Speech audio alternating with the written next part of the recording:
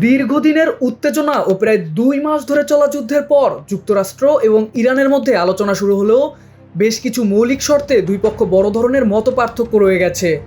দুই দেশের মধ্যে একটি স্থায়ী চুক্তিতে পৌঁছানোর ক্ষেত্রে বাধা হয়ে থাকা প্রধান 5 শর্ত নিচে তুলে ধরা হলো। পারমাণবিক কর্মসূচি। যুক্তরাষ্ট্র চায় ইরান তাদের পারমাণবিক কর্মসূচি পুরোপুরি বন্ধ করে দিক, তবে তেহরান এ দাবিতে রাজি নয়।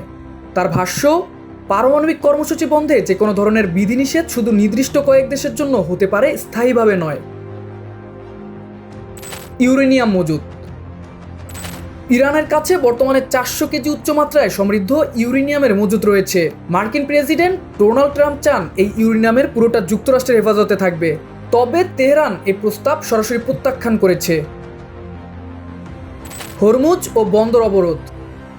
ইরান স্পষ্ট জানিয়ে দিয়েছে যুক্তরাষ্ট্র তাদের বন্দরগুলোর ওপর থেকে অবরোধ প্রত্যাহার না করা পর্যন্ত হরমুজ প্রণালীতে জাহাজ চলাচলের ওপর আরোপিত বিধিনিষেধ বহাল থাকবে।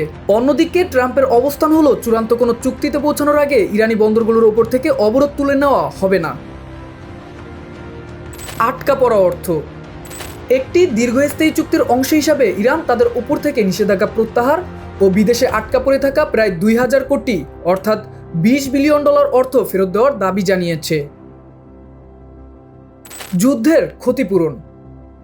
আলোচনায় ইরান এক বড় অঙ্কের ক্ষতিপূরণ দাবি করেছে। তেহরানের দাবি, যুক্তরাষ্ট্র ও ইসরায়েলের হামলায় তাদের যে ক্ষয়ক্ষতি হয়েছে তার বিনিময়ে দেশ দুটিকে দিতে হবে প্রায় 27,000 কোটি অর্থাৎ $270 বিলিয়ন ক্ষতিপূরণ।